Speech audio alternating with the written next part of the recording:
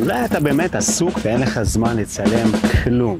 אתה עסוק בטירוף, אבל אתה כן רוצה, נכון? אז למה לא לצלם את עצמך בזמן שאתה פשוט עסוק?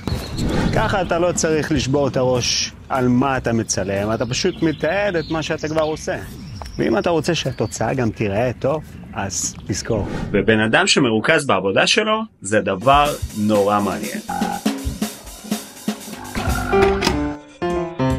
ואם אתם לא עושים טיימלפס, אז אל תשאירו את המצלמה על חצובה שעה שלמה באותה זווית. קחו כמה רגעים קצרים ופשוט תזיזו אותה מדי פעם. לצלם מזוויות שונות, רחוק, בינוני, תקריב, וגם הפרטים הקטנים שיעזרו לכם להעביר את הסיפור בצורה מעניינת יותר. ואל תלחץ על הכפתור האדום סתם. תחשוב לרגע מה הכי חשוב בפריים ותדאג שהוא יהיה בפוקוס. אז מה עושים עם כל הקטעים שצילמת?